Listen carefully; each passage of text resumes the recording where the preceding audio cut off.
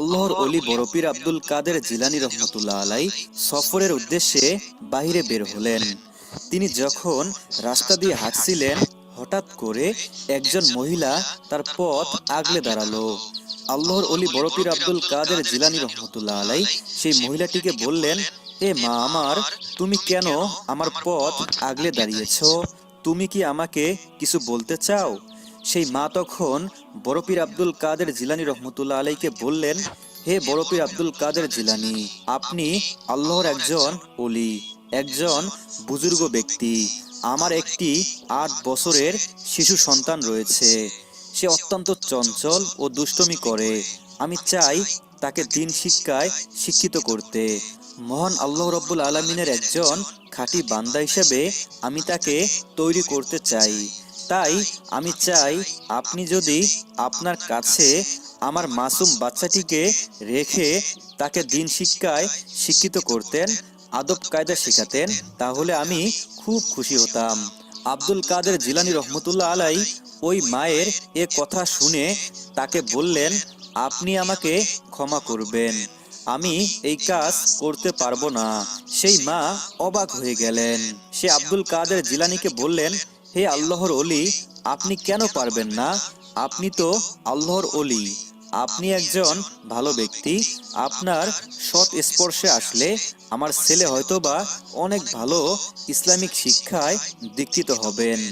আমি আপনার কাছে অনুরোধ করছি, আপনি আপনার কাছে আমার মাসুম বাচ্চাটিকে রেখে দিন। বড় পীর আব্দুল কাদের জিলানী রহমতুল্লাহ আলাই বললেন, হে মা, আপনি বুঝতে পারছেন না, আমার সাথে থাকার জন্য আপনার ছেলে পারদর্শী নয়। তাছাড়াও আমার জীবন চক্রের সাথে সে খাপ খাইয়ে চলতে পারবে না। আপনি আমাকে ক্ষমা করুন। এই বলে বড় পীর আব্দুল কাদের জিলানী রহমতুল্লাহ আলাই সফরের উদ্দেশ্যে চলে গেলেন। সেই মা একটু অবাক হয়ে সেখানে দাঁড়িয়ে রইলেন, ভাবলেন কি ব্যাপার, কি এমন কারণ রয়েছে যে আল্লাহর অলি আমার অনুরোধ টুকু রাখলেন না। তারপর বড় পীর আব্দুল কাদের জিলানী রহমতুল্লাহ আলাই যখন তার দরবার শরীফ থেকে আরো একদিন সফরের উদ্দেশ্যে বের হলেন, সেই সময় বড় পীর আব্দুল কাদের জিলানীর পথ আগলে আবারও সেই মা এসে সামনে দাঁড়ালেন।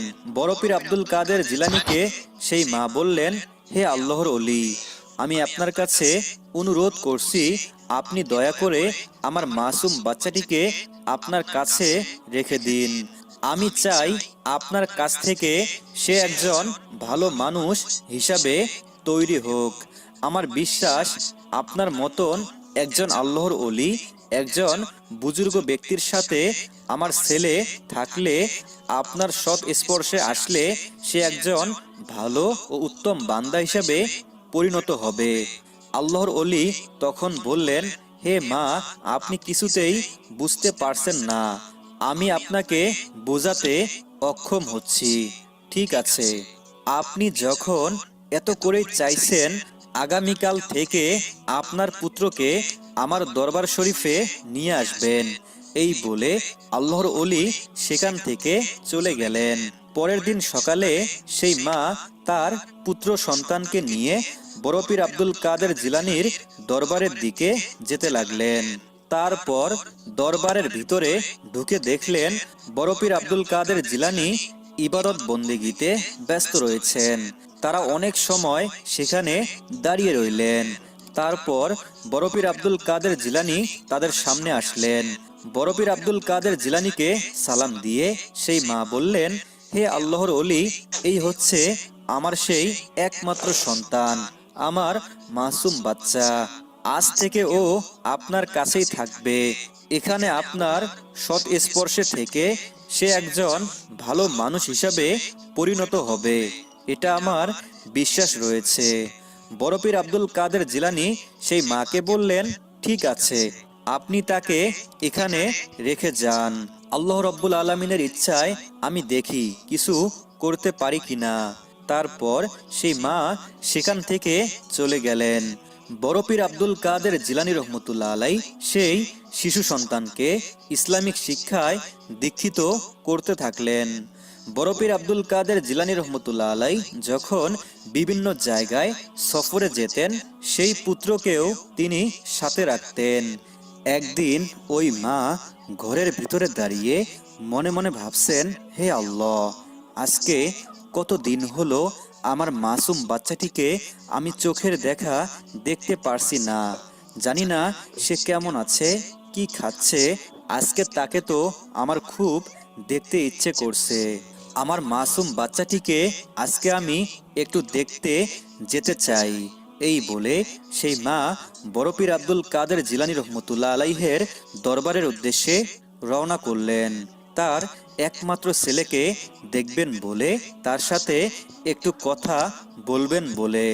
সেই মা যখন বড় পীর আব্দুল কাদের জিলানীর দরবারের ভিতরে ঢুকলেন, তিনি দেখলেন বড় পীর আব্দুল কাদের জিলানী রহমতুল্লাহ আলাই দুপুরের আহার গ্রহণ করছেন।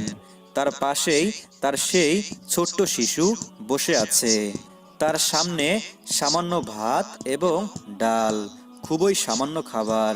সেই দৃশ্য দেখে অবাক হলেন যে আল্লাহর অলি বড় পীর আব্দুল কাদের জিলানীর সামনে অনেক ভালো খাবার, তার সামনে মুরগির গোস্ত, অথচ তার শিশু সন্তানের সামনে খুবই সামান্য খাবার। এই ঘটনা দেখে সেই মায়ের মনে ব্যথায় ব্যথিত হয়ে উঠল। সে ভাবল, হায় আল্লাহ, আমি আল্লাহর অলি, আল্লাহর একজন বুজুর্গ ব্যক্তির কাছে আমার মাসুম বাচ্চাটিকে দিয়ে গেলাম, অথচ সে ভালো মন্দ খাচ্ছে, আর আমার শিশুটি এদিকে কি খাচ্ছে। সে বড় পীর আব্দুল কাদের জিলানীকে বললেন, হে আল্লাহর অলি বড় পীর আব্দুল কাদের জিলানী, আপনি তো একজন মহান বুজুর্গ ব্যক্তি, আল্লাহর অলি, আল্লাহর দিন প্রচার করেন, ইবাদত বন্দেগীতে ব্যস্ত থাকেন, কিন্তু আপনার সামনে ভালো খাবার আর আমার মাসুম বাচ্চাটির সামনে সামান্য খাবার, তার সাথেই এই বৈষম্য কেন? আমি তো আপনার কাছে তাকে দিন ও সাম্য শেখাতে এনেছিলাম। বড় পীর আব্দুল কাদের জিলানী রহমতুল্লাহ আলাই সে মায়ের কথা শুনে একটু চুপ হয়ে রইলেন। তারপরে বললেন, হে মা, আমি তো আপনাকে আগেই বলেছিলাম আপনার এই ছেলে সন্তান আমার সাথে থেকে খাপ খাইয়ে চলতে পারবে না। তার থেকে ভালো আপনি এই মুহূর্তে তাকে আমার কাছ থেকে বাড়ি নিয়ে চলে যান।